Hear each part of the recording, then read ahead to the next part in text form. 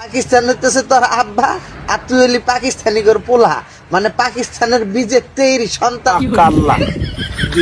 মাদ্রাসার মেয়ের চিন্তা বাদ দিয়া স্কুলের মেয়েকে বিয়ে করেন ভাই, যাতে কাজে লাগবে ভাই। কতদিন লাগবে তেল সংকট কাটিয়ে উঠতে? আরে সাংবাদিক, আলহামদুলিল্লাহ অবশেষে বাংলাদেশও তৈরি করে ফেললো ব্যালিস্টিক মিসাইল। এখানে কোনো পাহারা দেওয়া লাগে না, ফিট দেওয়া লাগে না, ওষুধ দেওয়া লাগে না। নতুন বাংলাদেশ, লাল স্বাধীনতা, আর সেই দেশে শান্তিপ্রিয় মানুষের শান্তি।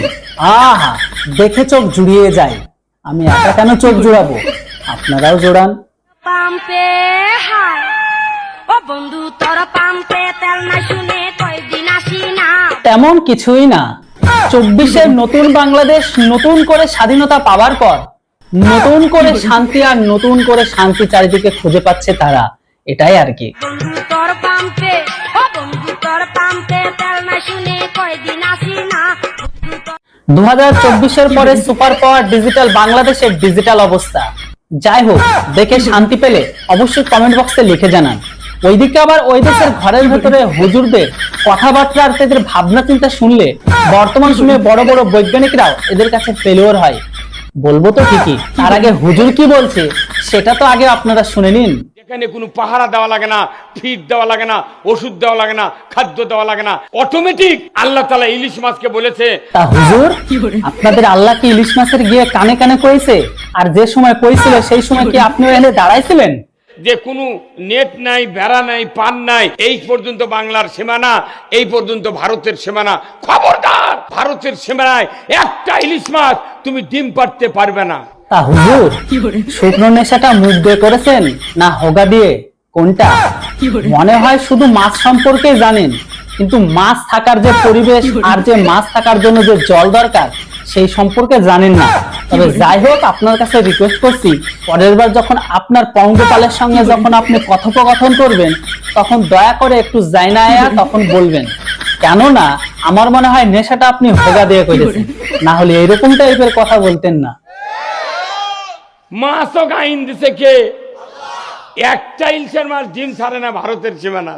তা হুজুর, আপনি হয়তো জানেন না, তাই জানার জন্য আপনারা কইয়া দিয়েছি।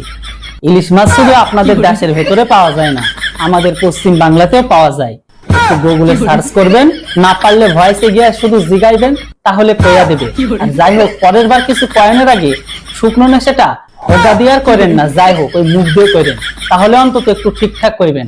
আর আপনারা আল্লাহ মনে হয় আপনাদের ইলিশ মাছের কানে কানে গিয়ে কইয়াছিল, আর সেই টাইমে আপনি দাঁড়ায় দাঁড়ায় সেই কথাটা শুনাই নিয়েছেন, তাই তো? যারা যারা বাংলাদেশের সামরিক শক্তির এই দুর্দশা দেখে হাসি উঠে, মানে হাসি পায়, ট্রোল করেন, আপনাদের হাসিও পায়। কেন পাবে না ভাই? আপনারা নিজেরাই আমাদেরকে এন্টারটেনমেন্ট দিচ্ছেন, আমরা তো অন্য দেশের লোক, আপনারা নিজেরাই ট্রোল করছেন, সেখানে হাসি পাওয়াটা স্বাভাবিক। আর গোটা বিশ্বের একমাত্র আপনারাই দেশ যে দেশের অলমোস্ট মানুষ গোটা বিশ্বকে এন্টারটেনমেন্ট দিয়ে থাকে। লজ্জা লাগে না? মানে আমাদের তো লজ্জা হওয়া উচিত না, কেন করবে লজ্জা? লজ্জা করার কারণটা কি একটু বলেন? যদি ভারত চায় বাংলাদেশটাকে হায়দ্রাবাদের মতো বানাবে, হায়দ্রাবাদ সম্পর্কে জানেন? কেন জানবো না? আমরা যেটা জানি আপনারা আবার সেটা জানেন না। এটি কিন্তু আগে একসময় স্বাধীন ছিল। স্বাধীন? ওটা আবার কিসের স্বাধীন? স্বাধীন বলতে কি বোঝায়? অন্যের জমি নিজের ক্ষমতার জোরে দখল করলে সেটা নিজের হয়ে যায়? পুরনো ইতিহাস দেখতে হবে। আপনি না জানলেন আপনার চাচারে, আপনার নানারে জিগান, তাহলে কইয়া দেবে যে হায়দ্রাবাদ আসলে কার ছিল। ক্ষমতার জোরে দখল করলে সেটা নিজের হয়ে যায় না, কেননা সেটা জানতে হলে ইতিহাস জানতে হবে। পরে ভারত জোর করে দখল করে নিছে। ভারতের জন্য সর্বোচ্চ 24 ঘন্টার ব্যাপার। ধুর মিয়া, বলে কি 24 ঘন্টা? আমাদের 24 ঘন্টা লাগবে না, জাস্ট 4 ঘন্টা ফারাক্কার কয়েকটা গেট বেশি খুলে দেবো, তাহলে নিচের লুঙ্গি উপরে উঠবে, তারপরে আমাদের পায়ের তলে এসে হায় আল্লাহ আমাদের বাঁচাও বলে হাত পা ধরাধরি করবে। কিন্তু ভারত করতেছে না শুধুমাত্র আমেরিকার স্যাংশনের ভয়ে, চীন এবং পাকিস্তানের ভয়ে। থাক, যদি দরকার হতো আমরা অনেক আগে করে নিতে পারতাম। আমরা আমাদের নিজেদের ঘরের ভেতরে অশান্তিতে, কিছু অশান্তিপ্রিয় মানুষের জন্য অশান্তিতে ভুগছি, আর আমরা ওই সমস্ত আপনাদের দেশের অশান্তিপ্রিয় মানুষদের নিয়ে আর আমরা অশান্তি বাড়াতে চাই না। আমরা এমনি ভালো আছি, আমাদের হাত জোড় করছি, আমাদের ওই বাংলাদেশ দরকার নাই, কেননা দেশের যা অবস্থা সেই দেশের ড্যামেজ রিপেয়ার করতে আমরা নিজেরাই কাংলা হয়ে যাবো। তার থেকে বরং আপনারা যেমন আছেন, যেখানে আছেন সেখানে ভালো থাকেন। তবে এতটুকু গ্যারান্টি দিই, আপনাদের দখল করার আমার কোনো প্রয়োজন নেই। না আপনাদের দখল করার জন্য আমাদের গুলির প্রয়োজন পড়বে, আর না মিসাইল। জাস্ট ফারাকার কয়েকটা বাদ খুলে দিলে আপনাদের কেল্লা পথে। তারপরে হয়েছে নিচের লুঙ্গি উপরে, তারপরের দিন এসে আমাদের হাত পা ধরা ধরে দাদাবাবু ভুল হয়ে গেছে, আমাদের ক্ষমা কইরা দেন, বুঝেছেন?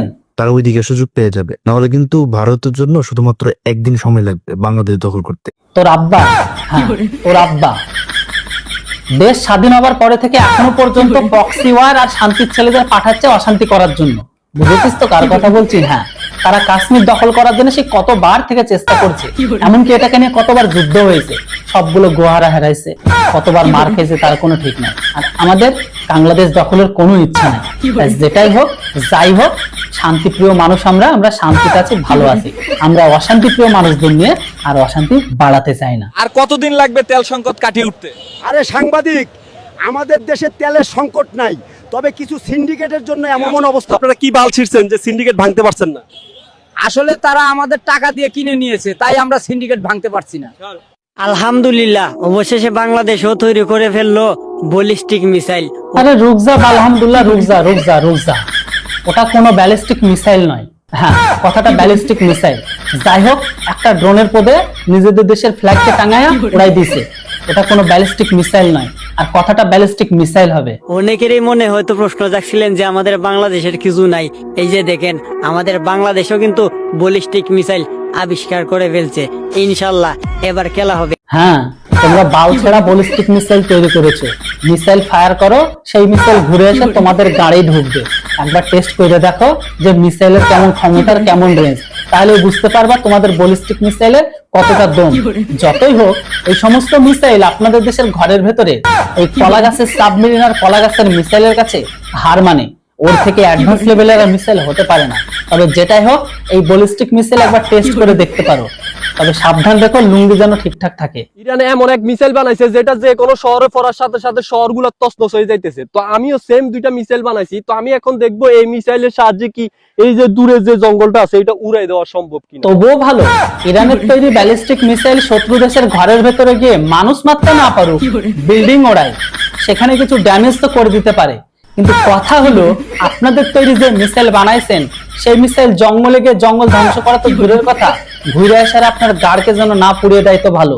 একটু সাবধানে ধরায়েন। তো গাইস দেখো, আমার হাতে যে দুইটা মিসাইল, তো মিসাইলটা একটু কাছ থেকে দেখাও। এই যে দেখো, এটা বাংলাদেশের মিসাইল। কি বললেন? বালের মিসাইল? তো আমরা এখন দেখবো যে এই মিসাইলের মাধ্যমে কি এই যে জঙ্গলটা আছে এটা উড়াই দেওয়া সম্ভব কিনা। যারা মাদ্রাসার মেয়ে বিয়ে করতে চান তাদেরকে একটা সোজা সাপটা কথা বলি, ভাই এই ফালতু চিন্তা বাদ দিয়া সঠিক চিন্তায় আসেন। মাদ্রাসার মেয়ের চিন্তা বাদ দিয়া স্কুলের মেয়েকে বিয়ে করেন ভাই। কেন ভাইয়া, মাদ্রাসার মেয়েরা কি অপরাধ করেছে একটু যদি বলতেন।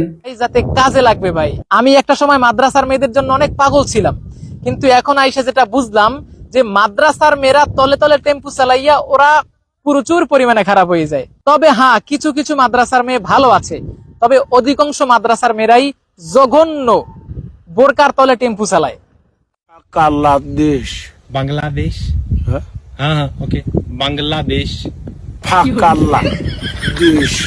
আপনারা যদি বুঝতে পারেন কি বললো, তাহলে অবশ্যই কমেন্ট বক্সে লিখে জানান। আমি আর কিছু বললাম না।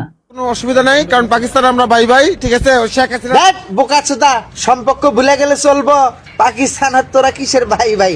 পাকিস্তান হইতেছে তোর আব্বা, আর তুই হইলি পাকিস্তানি করে পোলা, মানে পাকিস্তানের বীজের তৈরি সন্তান তুই। বাপ বেটার সম্পর্ক ভুলে যাওয়া যাবো না, থাপ্পড়ায় বেয়াদবি ছাড়াই দেবো, বেয়াদব। যাই হোক বন্ধুরা, আবারও বলে যে আজকের ভিডিওটি বানানো হয়েছে অনলি ফর এন্টারটেনমেন্ট পারপাসের জন্য। তাই ভিডিও দেখে কেউ রাগারাগি করবেন না। ভিডিও দেখে হাসবেন তো আপনার মন মস্তিষ্ক ভালো থাকবে, আর যদি রেগে যাবেন তো হেরে যাবেন। যাই হোক, আবারও দেখা হচ্ছে, কথা হচ্ছে খুব তাড়াতাড়ি নতুন একটি বাংলাদেশের রোস্ট ভিডিওতে। ততক্ষণ আপনারা সবাই ভালো থাকুন, সুস্থ থাকুন। Thanks for watching. জয় হিন্দ, বন্দে মাতরম।